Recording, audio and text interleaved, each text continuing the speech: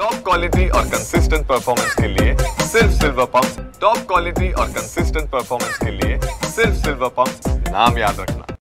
नागपूर महानगरपालिकेच्या शाळा सुरू होऊन 22-23 दिवस लोटलेले आहे। अद्यापही बऱ्याच शाळांमध्ये 9वी आणि 10वीच्या विद्यार्थ्यांना युनिफॉर्म मिळालेले नाही। जे जुने युनिफॉर्म शाळांमध्ये शिल्लक होते ते वितरित करण्यात आलेले आहे, परंतु काही विद्यार्थ्यांना अद्यापही युनिफॉर्म मिळालेले नाही। जुनेच युनिफॉर्म घालून 9वी ते 10वीचे विद्यार्थी जे आहे ते शाळेत येत आहे। नागपूर महानगरपालिकेच्या शिक्षण विभागात काही कारणास्तव फाईल अडकल्यामुळे हे युनिफॉर्म आतापर्यंत मिळाले नसल्याची माहिती जी आहे ती मिळतात। आपल्यासोबत स्वामी विवेकानंद शाळा आहे, तिथले हेडमास्टर आहे। सर, काय कारण आहे उशिरा येण्याचं?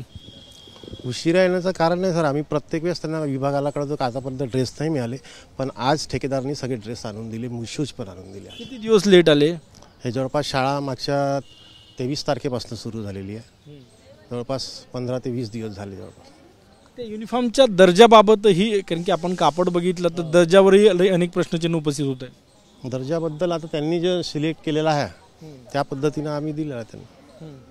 विभागाने जो कापड, जो रंग त्यांनी दिलेला आहे त्याच्या हिशोबाने आपण नाही केलेला आहे। नक्कीच काही विद्यार्थ्यांना आज मिळाले, म्हणजे शाळा 20-22 दिवसानंतर सुरू झाल्यानंतर मिळाले। दुसरं महत्त्वाचं, जो कापड आहे, कापडाच्या दर्जावरही प्रश्न उपस्थित होण्यासारखे आहे, कारण की ज्यांना सुरुवातीला मिळाले ते 20-22 दिवसात कपड्याची क्वालिटी कशी आहे। दुसरं महत्त्वाचं म्हणजे शिक्षण विभागात फाईल अडकल्यामुळे 9वी आणि 10वीच्या काही विद्यार्थ्यांना 22 ते 25 दिवसानंतर, 23 दिवसानंतर युनिफॉर्म मिळालेले आहे। काही शाळांना अजूनही युनिफॉर्मची प्रतीक्षा आहे। कॅमेरामॅन सचिन सयामसह गजानन उमाटे, TV9 मराठी, नागपूर।